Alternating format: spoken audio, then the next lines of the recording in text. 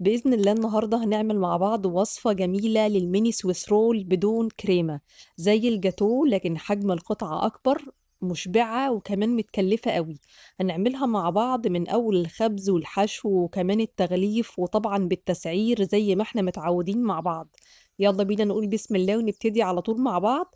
بفكركم بس باللايك والشير وتفعيل زر الجرس للناس اللي لسه مشتركة جديد معانا. معايا هنا في البولة 8 بيض كبير، هحط عليه 24 جرام محسن جل وعليهم نص كوباية مية يعني حوالي 100 جرام مية، وكمان 700 جرام دقيق اسبونج جاهز. هبدأ بقى أخلطهم مع بعض كده على سرعة بسيطة الأول، وبعدين هعلي السرعة لغاية لما القوام ده ما شاء الله هيتضاعف وهيبقى يعني معايا فوق الممتاز. هحطه أنا في إيه؟ هحطه في صاج 30 في 40، بس أنا بعمل حركة إن أنا بعلي جوانب الصاج اللي عندي بالكادر عشان خاطر أحط المقدار كله مرة واحدة. يعني انتي لو ما عندكيش الكادر هتحطي المقدار ده في 2 صاج 30 في 40. حلو الكلام؟ حلو الكلام. هفرده كويس وادخله الفرن على 180، بيقعد حوالي في رينج ال 45 دقيقة لغاية لما الصاج كله يستوي معايا كده. وبعدين هخرجه عندي من الصاج، ابتدي بعد كده امسك سكينة وابتدي كده يعني افرق ما بين الكيك وما بين الحرف نفسه بتاع الكادر عشان خاطر يسيبه بسهولة كده. وبعدين ابتدي اقشر وش الكيك. طبعا لما بقشر وش الكيك يعني مش بشيل كمية كبيرة منه ولا حاجة خالص، ده بيبقى وش رفيع جدا جدا لدرجة بتبقي شايفة يعني سمك السكينة من تحت وهي معدية. فبيبقى سمك بسيط قوي لكن لازم يتشال لأنه بيكون في زفارة بتاعت بيض وبيبقى ريحتها يعني زهرة، فما ينفعش دي تتساب خالص. بشيله كده وبعدين هقسم الكيك اللي عندي هنا بالمنشار كده على طبقتين من النص. طبعا ما شاء الله بيبقى محمل وحلو كده، فهقسمه على طبقتين على منشار رقم 8، فبالتالي هيعمل معايا طبقتين محملين كده. جميل كده الكلام، جميل قوي. هبتدي بعد كده اقسم الكيك اللي عندي بالطول كده قطعتين، وبعدين بالعرض 3 قطع، يعني هيبقى معايا 6 قطع. هاخد كده المقاس بتاع الكيك اللي قطعته واحطه فوق التاني واقطعه، فهيطلع لي كل صاج 6 قطع، يبقى الطبقتين اللي معايا من الكيك هيطلعوا لي كده 12 قطعة من الكيك. هاخد كل قطعة واحطها بين ورقتين زبدة واديها فردة خفيفة كده بس بالنشابة عشان خاطر اقلل السمك بتاعها شوية. حابة تشيلي الاطراف بتاعة السويس رول اوكي، مش حابة تشيليها براحتك برضو، هي كده كده بتبقى ضعيفة يعني ومش فارقة قوي.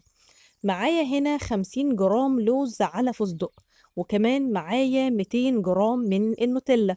النوتيلا هنا انا ضايفه لها يعني سنه صغيره قوي قوي من الزيت عشان بس تبقى اعرف افردها كده وتبقى قابل للفرد، لكن مش ضايفه لها يعني كميه زيت كتيره، لا يعني 200 جرام حطيت عليهم يا دوب 20 جرام بس كده من الزيت عشان خاطر تبقى سهله.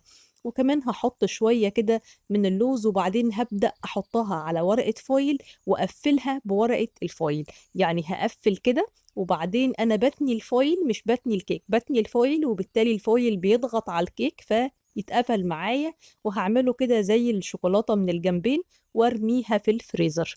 في الفريزر بتقعد حوالي ساعة، فهعمل الكمية كلها.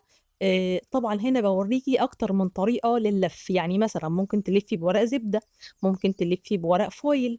الاسهل والارخص كمان والاوفر انك تلفي بالاسترتش راب. الاسترتش راب اللي هو الفل الاسترتش اللي احنا بنشتريه من المحلات بتاعت التغليف، بيبقى يعني طري قوي ورخيص طبعا، ارخص من ورق الزبدة وكمان ارخص من الفويل.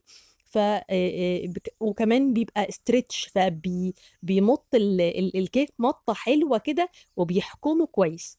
هخلص الكمية اللي عندي اللي هم ال6 طبقات دول وادخلهم الفريزر على بال ما اعمل ال6 طبقات التانيين بالطعم التاني يكونوا خلصوا، واخرجهم ونبدأ نشتغل في التزيين بتاعهم. هنا بقى معايا 200 جرام من صوص الفراولة. صوص الفراولة ده أنا عملته معاكي قبل كده في البيت، هسيبلك اللينك بتاع الحلقة بتاعته تحت في صندوق الوصف.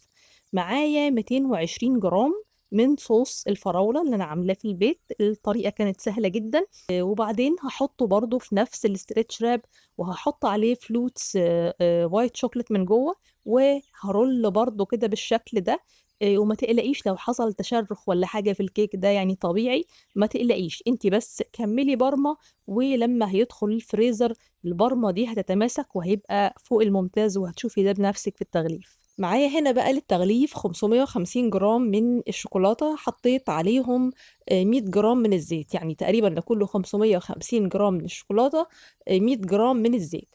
هاقلّبهم كويس، كويس علشان خاطر ده هيبقى الصوص بتاع التغليف اللي عندي، مش هاحط لبن ولا مَيّة ولا أي سائل غير الزيت، وهاحط شوية صغيّرين كده من الفول السوداني أو أي نوع من المكسرات اللي عندِك، عشان خاطر يبقى صوص crunchy شوية.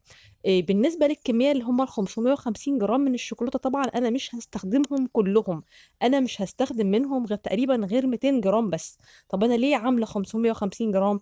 عشان خاطر لمّا أصُب كده يعني أصُبّه يعني إيه، لازم الصوص اللي هينزل ينزل كتير وينزل بوفرة، يفيض اللي يفيض مش مشكلة، بس ما ينفعش أعمل الكمية على القد، ساعتها هتقِل معايا وهابتدي بقى أدخل بالمعلقة والجو هيبقى مش لطيف خالص. طبعًا ما شاء الله بيشد على طول صوص التغليف ده ومش بيوسّخ الإيد لأ، بيمسك نَفْسه كده، لإن طبعًا متضاف له زيت.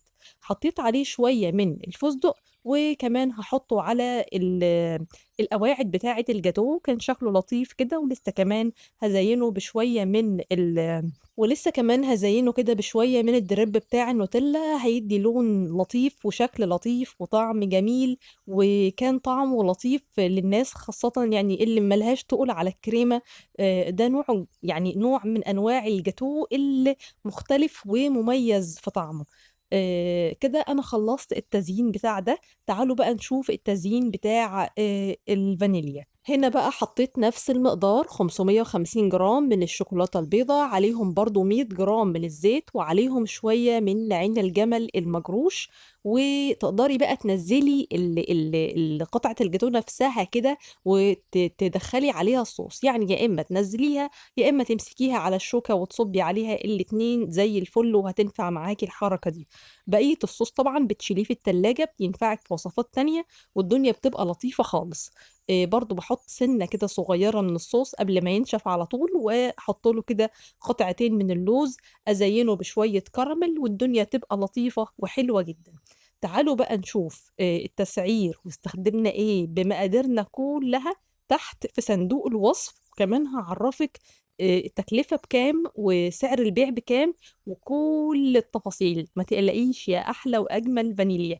لو وصلتِ للجزء ده من الفيديو اوعي تنسي اللايك واوعي تنسي الشير واوعي تنسي الكومنت الحلو، تسلموا لي يا رب ما اتحرمش منكم أبدًا، أي سؤال تحت أمركم اكتبوا لي في التعليقات، صباحكم دايمًا زي الفل.